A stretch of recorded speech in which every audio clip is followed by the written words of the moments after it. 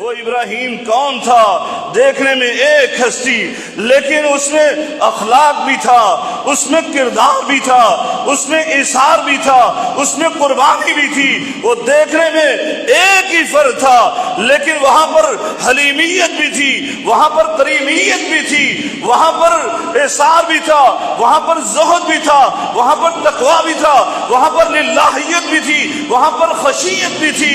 دوستو اور بھائیو، المختصر کہ اس کائنات میں جس خوبی کو خوبی کہا جاتا ہے وہ جناب سیدنا ابراہیم خلیل اللہ کے اندر موجود تھی۔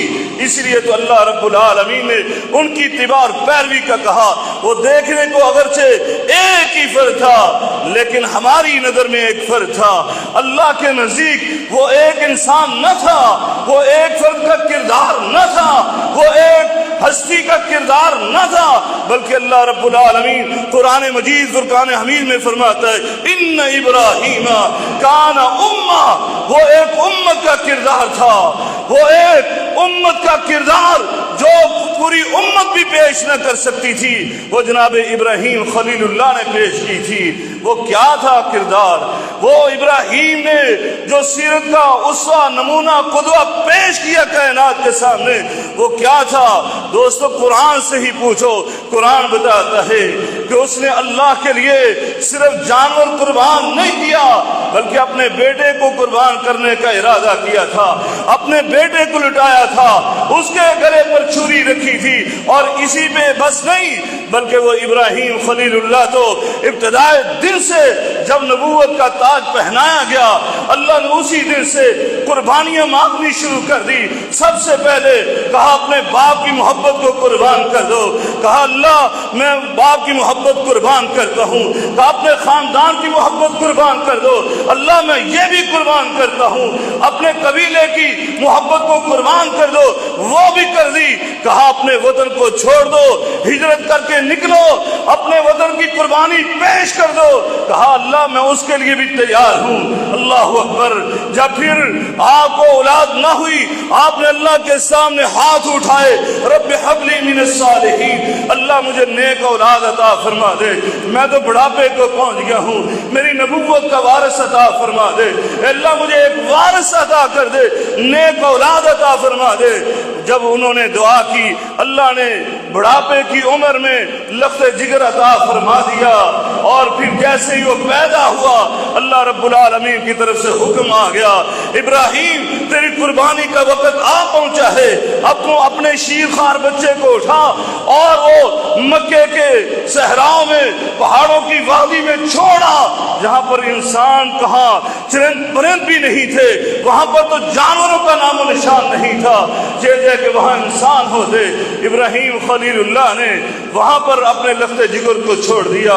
فلما بلغ معه السعی، اور جب وہ لخت جگر جوان ہو گیا، چلنے پھرنے کے قابل ہو گیا، اللہ نے کہا ابراہیم تیرے امتحان ختم نہیں ہوئے، تیری قربانی کا وقت تو اب بھی آن پہنچا ہے، اللہ اب کیا کرنا ہے؟ کہا اپنے اس لخت جگر کو میرے راستے میں قربان کر دے۔ اللہ اکبر۔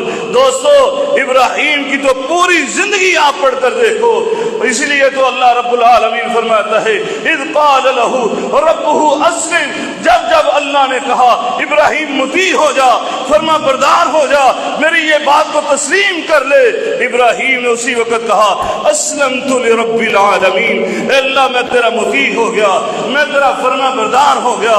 کہا ابراہیم میری توحید کے لیے تو نے وطن بھی چھوڑا ہے، تو نے اپنے باپ کی محبت کو قربان کیا ہے، تو نے اپنے خاندان کی محبت کو قربان کیا ہے، آج آپ سے نمرود نے بھی چھلانگ لگا دے، کہا میں اس کے لیے بھی تیار ہوں۔